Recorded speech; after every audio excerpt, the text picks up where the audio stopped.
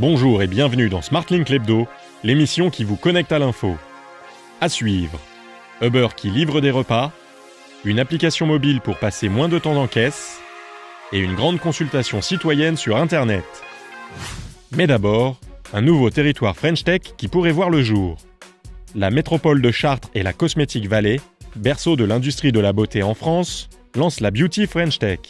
Cet écosystème de start-up, candidat au label French Tech, aurait pour objectif de construire la beauté du futur à la française grâce au numérique. La bonne idée, c'est une appli mobile pour passer moins de temps à la caisse.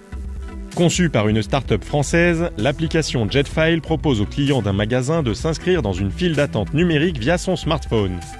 Il lui reste alors 5 minutes pour se rendre en caisse, où il va pouvoir passer en priorité pour régler ses achats. Selon une étude, les Français perdent en moyenne 11 minutes à attendre en caisse dans les magasins. Hashtag égalité citoyenneté, c'est le hashtag de la semaine.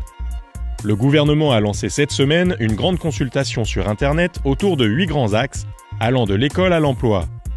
Les internautes ont jusqu'au 6 avril pour renvoyer leurs propositions.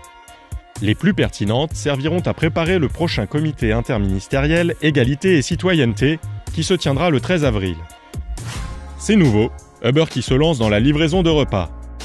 La société californienne propose désormais à Paris une application mobile, Uber Eats, qui promet de livrer votre repas du midi ou du soir en moins de 30 minutes. À vous de faire votre choix parmi une sélection de 4 suggestions, acheminées à vélo ou en scooter. Comptez 2,50 € pour la livraison d'un plat dont le prix tourne autour de 10 €. En cas de succès, l'appli devrait être disponible dans d'autres villes françaises en 2017. Comme chaque semaine, on se quitte avec le top 3 des infos que vous avez préférées sur smartlink.fr. En numéro 3, notre zoom sur les chiffres de l'emploi dans le numérique.